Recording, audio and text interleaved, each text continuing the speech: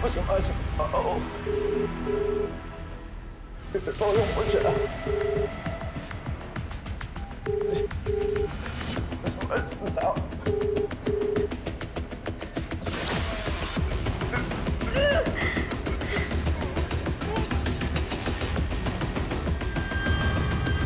Kukwestiyonin mo pa ba ulit ang mga desisyon ko? Ha? Mangako ka muna. Huwag mo na akong susuwayin ulit, ha? Hindi porke nag-aaral ka na, akala mo kung sino ka na.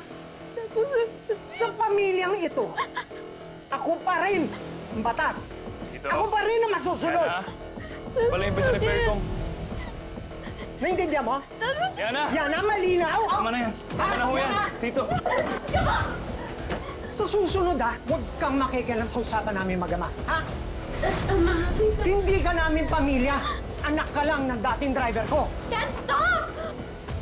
Utusan! What are you doing, Dad? Ano ba? Makinig ka, ha? Makinig ka. Tama na eh! Kapag ayaw ng anak mo, huwag mong ipilit! Yana, okay ka lang? Yana! Halika na. Yana! Halika na. Yana, huwag kang aalis. Dito ka. Dito ka lang. Halika na, Yana. Yana! Yana, bumalik ka! Yana! Si Mrs. Baltazar ang bumaril kay Jigger. Yun nga yung sinabi niya sa akin. Si Ma'am Marga daw yung pumatay sa kapatid ko. Puro fingerprint si Hector Baltazar ang nakita sa mga paraphernalia.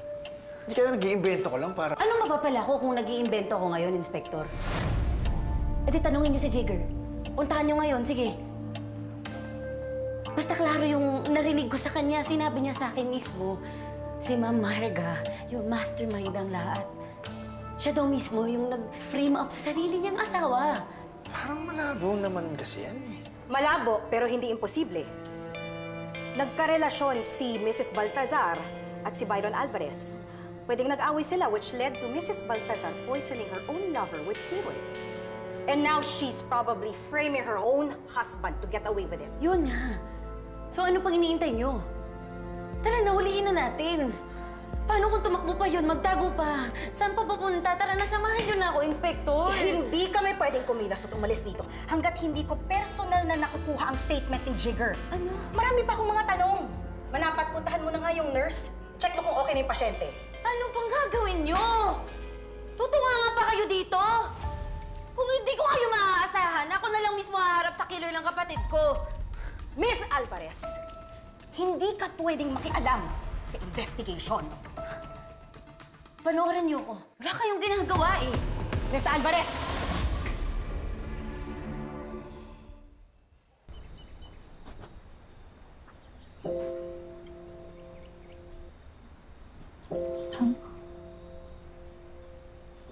Ito yung ginagawa sa akin ng yaya ko tuwing nauuntog ako. Sabi niya para hindi na doon lumaki yung bukol. Alam mo, mas kailangan mo to.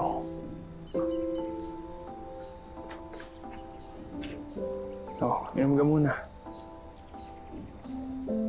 Kitang-kita ko sa mata mo na siya ka pa rin sa nangyari sa inyo ng papa mo. Alam mo, kung hindi mo lang tatayin sa Tito Charlie, baka napuruhan ko na yan eh. Ayoko nakakita ng babaeng sinasaktan. Hindi naman niya masyado sinaktan. Huwag mo na ipagtanggol yan, ha? Nakita ko yung nangyari sa inyo. Ganyan din yung tatay ko noon sa nanay ko eh. Sasabihin, hindi sinasadya. Napalakas lang. Sus, hindi natatago ng pagdidinay. Pang-aabuso.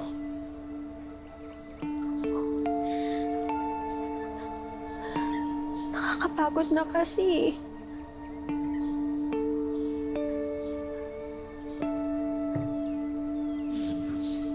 Alam mo, siguro kung hindi lang matagal ko nung sinabi na sana iba na lang yung naging dad ko. I would rather even have Tito Hector as my dad. Kasi kahit na murderer siya, never niya sinaktan si Liv and Amelie. Never niya pipilitin yung daughters niya na try doon rin yung mga kaibigan niya for his own selfish reasons. like that. Pero wala naman akong choice eh. Siya na lang yung meron ako. Hindi totoo yan. Kahit mawala si Tito Charlie, meron ka pa rin matatakbuhan. Sino? Ha? Wala na yung squad ka po. Itatanong ka pa nasa harap mo na.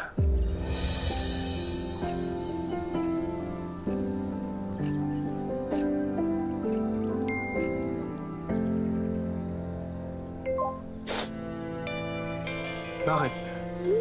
Text si Sugar. May problema daw.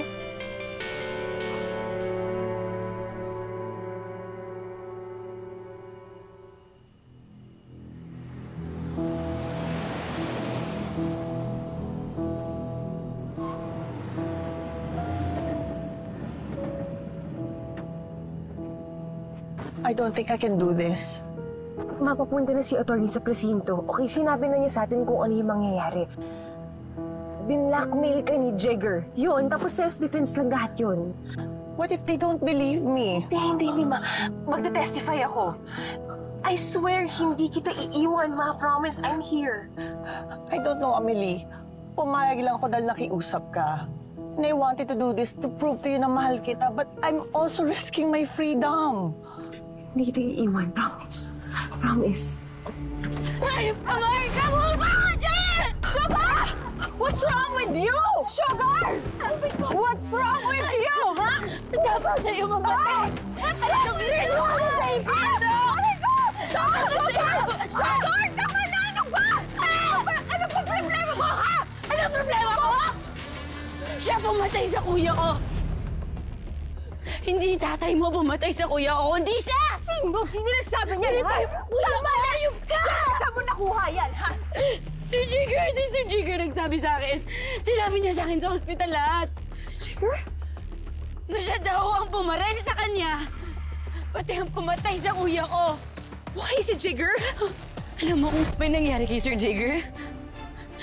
May kinalaman ka din dun? Sure. Amelie, tara na. Huwag mo nang pansinin yung babaeng yan. Bakit sinasabi ng Jigger na yun? Ikaw yung bumatay kay Byron? Ha? He's lying, anak. Binabaliktad lang niya ako.